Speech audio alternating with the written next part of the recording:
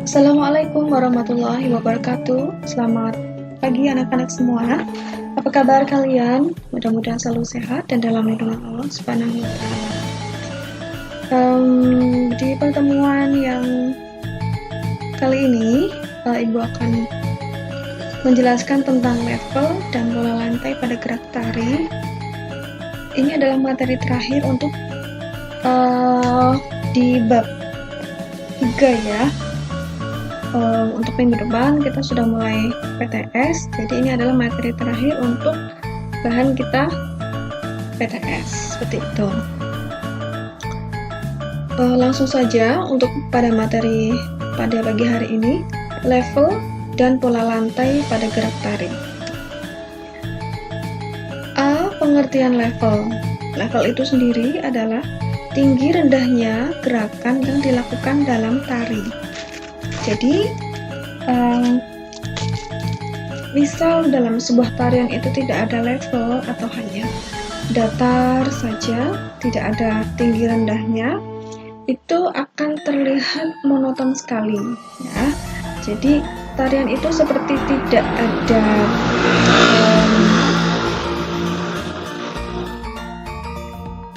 indahnya. Tapi jika kita menggunakan level, itu akan lebih memperindah sebuah tarian itu sendiri. Itu adalah pengertian level ya, tinggi rendahnya gerakan yang dilakukan dalam tari.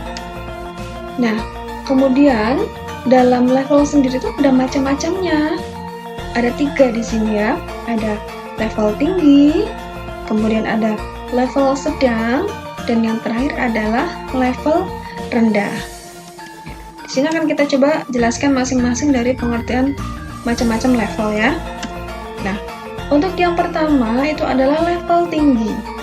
Biasanya pada level tinggi penari melakukan gerakan meloncat sambil menggerakkan salah satu tangannya ke atas, dan peragaan level ini akan tampak jelas jika dilakukan secara berkelompok. Kita bisa lihat pada gambar ya. Mereka melakukan tepuk-tepuk, ini identiknya tuh dengan melayang. Kalau level tinggi, melayang atau meloncat itu bisa diartikan sebagai level tinggi, macam-macam level tinggi ya. Ini ketika dia melayang dengan satu kaki, dengan menepukkan tangan, kemudian dia melompat dengan menekukkan lutut sambil menepuk tangan, dan yang ketiga dia mencoba untuk melompat dengan lurus dengan tetap menepukkan tangannya. Nah, ini yang dinamakan dengan level tinggi ya. Nah, kemudian untuk yang kedua, level sedang. Nah, pada level sedang, penari melakukan gerakan berdiri seperti biasa. Nah, nih, berdiri seperti biasa. Nih, kalau kalian kemarin sudah memperagakan tari yang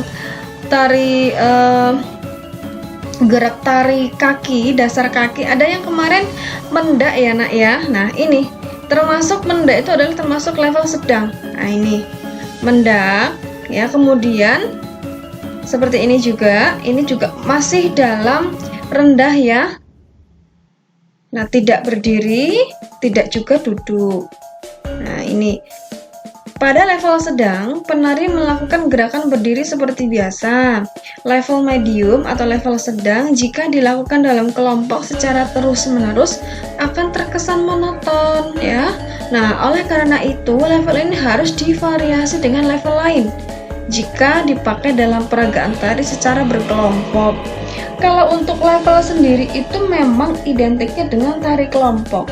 Tetapi kalau misal untuk tari tunggal juga bisa, tetapi levelnya tidak terlalu terlihat. Nah, tetapi kalau untuk dalam tari kelompok itu level itu sangat bisa terlihat dan berpengaruh sekali. Begitu. Itu untuk yang level sedang. Nah, kemudian yang terakhir itu ada level rendah.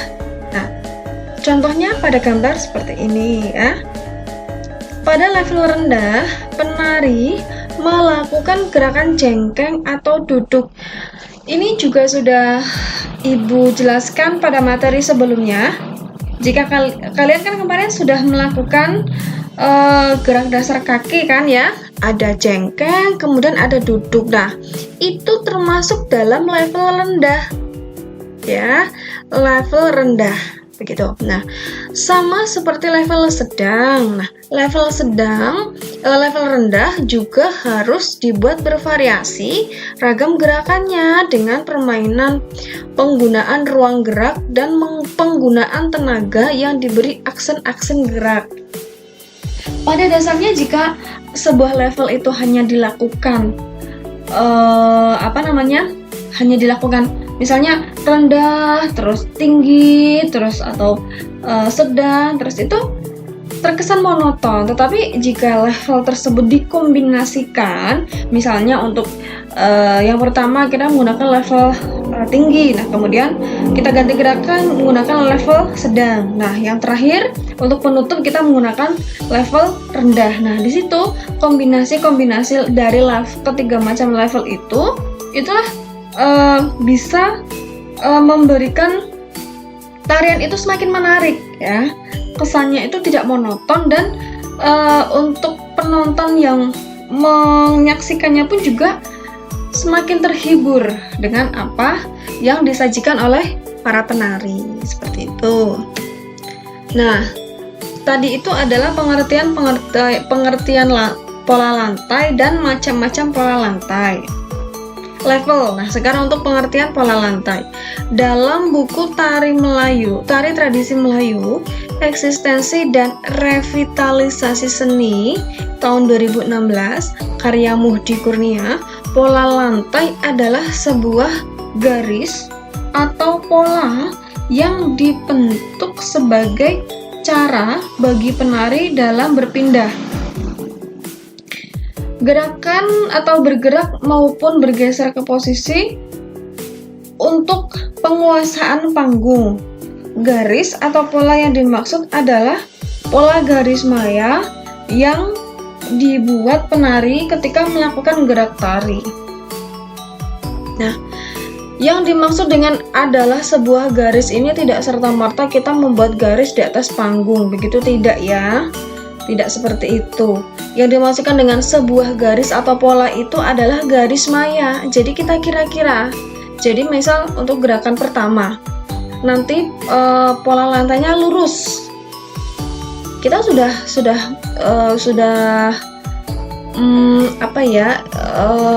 istilahnya itu kita sudah ancer-ancer untuk gerakan ini, di musik ini, di ritme ini, nanti pola lantainya adalah garis lurus.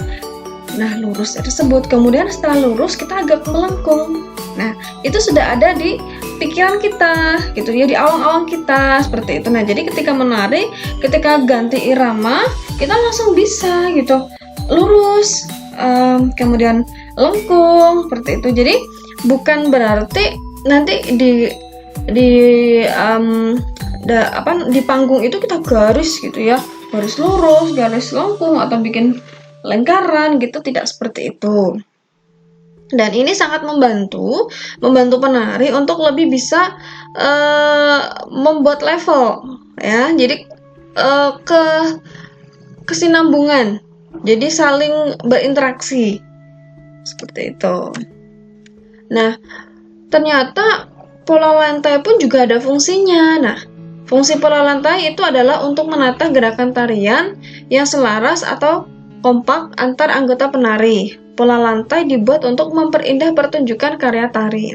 Sama seperti level tadi, adalah intinya untuk memperindah, mempercantik pertunjukan karya tari agar tidak terkesan monoton dan membuat penonton itu gemuruh ya.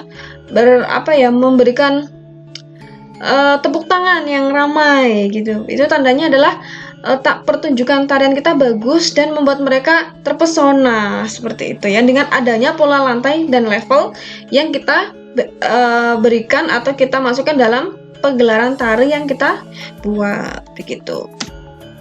Nah, untuk pola lantai ada dua jenis ya. Yang pertama itu pola lantai garis lurus dan yang kedua itu adalah pola lantai garis lengkung. Nah, untuk pola lantai garis lurus sendiri itu adalah garis lurus yang bentuk vertikal atau ke atas menunjukkan hubungan dengan Tuhan sebagai pencipta. Ini artinya ya. Jadi ada, kalau misal dalam sebuah tari itu kan tidak berbicara ya. Jadi hanya gerak yang diucapkan, hanya gerak yang diungkapkan, hanya gerak yang disampaikan. Jadi kita ini memberikan maksud ke penonton itu dengan gerak kita gitu. Jadi tidak ada kata-kata yang keluar dari diri kita, hanya gerakan saja yang kita berikan atau kita sajikan ke penonton. Nah, jadi di sini ketika kita melakukan garis lurus dalam bentuk vertikal atau ke atas, itu artinya itu adalah menunjukkan hubungan dengan Tuhan. Nah, ini biasanya tuh terdapat pada tarian-tarian religius ya. Nah, di sini garis lurus dalam bentuk vertikal atau ke atas menunjukkan hubungan dengan Tuhan sebagai pencipta ya. Pada tari saman, iringan menggunakan pujian terhadap Sang Pencipta, bernafaskan keagamaan. Nah, ini tadi biasanya untuk pola lantai yang bentuk vertikal ke atas itu digunakan untuk religius, keagamaan, seperti itu. Nah, yang kedua yaitu pola lantai garis lengkung. Pola lantai garis lengkung di mana penari membentuk garis melingkar, ya, melingkar atau lengkung luar, dan pola lantai angka 8. Intinya yang berlengkung-lengkung, ya. Nah, jenis tarian yang biasa menggunakan pola lantai ini adalah tari rakyat dan tari tradisional. Kenapa demikian? Karena kalau ketika dalam sebuah tari tari rakyat atau tari tradisional itu lebih mengeksplor gerak, ya. Karena biasanya itu mereka menggunakan atau menciptakan dengan maksud sebagai sindiran atau ajakan, seperti itu ya, tari rakyat atau tari tradisional. Jadi mereka lebih kompleks, jadi lebih banyak untuk pola lantai yang mereka gunakan ya, menggunakan lengkung, menggunakan garis melingkar, atau bahkan menggunakan angka 8 yang melengkung-lengkung begitu. Nah, pola lantai garis lengkung ini terdapat pada tari kecak dan Bali ya. Jika kalian memperhatikan atau melihat sebuah tarian dari Bali yang disebut tari kecak, itu hanya duduk, mereka hanya duduk ya, yang biasanya ditarikan oleh kaum laki-laki. Mereka hanya duduk melingkar, itu banyak, untuk orangnya banyak, dalam jumlah yang banyak, mereka hanya melingkar. Dan untuk levelnya itu menggunakan tangan. Jadi ada yang tangannya ke atas, ada yang ke bawah begitu, terus badannya ada yang menunduk, ada yang kembali lagi duduk atau menunduk ke bawah, biasanya sampai ke tanah, seperti itu. Intinya tidak hanya duduk saja.